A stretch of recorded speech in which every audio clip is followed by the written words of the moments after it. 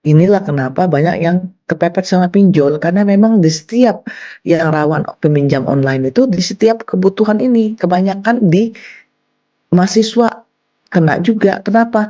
Yang tadinya hanya cukup untuk beli mau handphone yang biasa, tapi pengen iPhone. Satu iPhone bisa 25-27 juta, Mbak Lisda.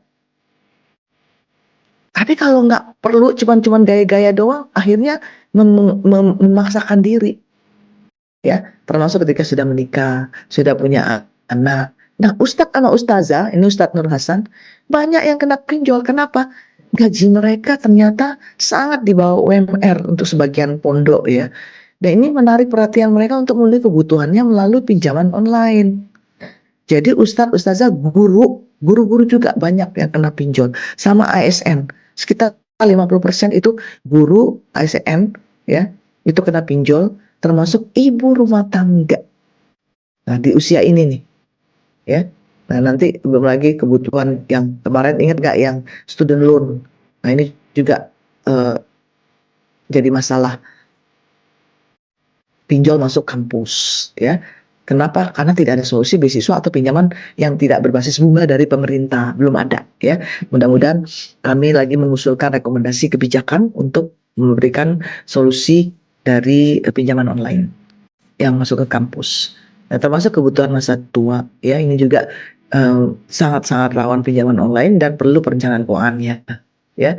Nah, maka dari itu sebenarnya simpel, ya. Kalau pengen gimana sih caranya dari sekarang kita merencanakan keuangan kita, jangan ketika nanti nunggu menikah, Mbak Lisda, ya, Mbak Tari.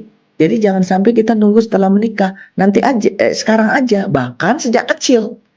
Alhamdulillah, Madam membiasakan anak-anak Madam sudah merencanakan keuangannya sejak kecil, ya.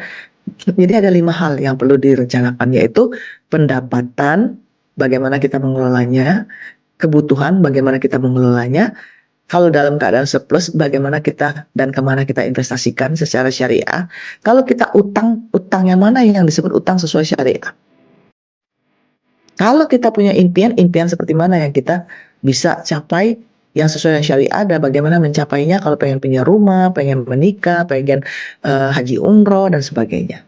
Nah, tentu saja kita tidak lepas dari bagaimana memastikan rumah keuangan kita ini terlindungi dengan proteksi, yaitu bagaimana resiko-resiko keuangan dapat kita amankan, bagaimana pensiun kita, bagaimana asuransi takaful kita, ini juga manfaat, ya. Jadi semuanya lembaga keuangan, di sini lembaga zakat berperan, lembaga keuangan syariah seperti bank syariah, koperasi syariah, BMT, BPRS berperan, ya. Kemudian bagaimana lembaga keuangan syariah seperti asuransi syariah juga berperan. Nah, ini dia, ya. Kenapa? Karena semuanya mengarah kepada maqasid syariah.